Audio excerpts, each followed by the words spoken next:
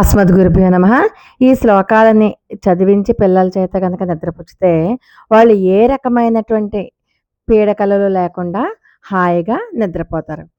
అలాగే పెద్దవాళ్ళకి నిద్ర పట్టట్లేదనుకోండి, వాళ్ళేం చేయాలంటే ధ్యాన ముద్రలో కూర్చొని ఆహ్, ఆ ముద్ర వేస్తూ ఈ శ్లోకాలను గనక చదువుకున్నట్లయితే హాయిగా నిద్రపోతారు. యా దేవీ సర్వభూతేషు నిద్రారూపేణ సంస్థితా నమస్తస్యై నమస్తస్యై నమస్తస్యై నమో నమః. రామస్కందం హనుమంతం వైనతేయం భృకోదరం శయనేయ స్మరణే నిత్యం దుస్వప్నస్తస్య నశ్యతి.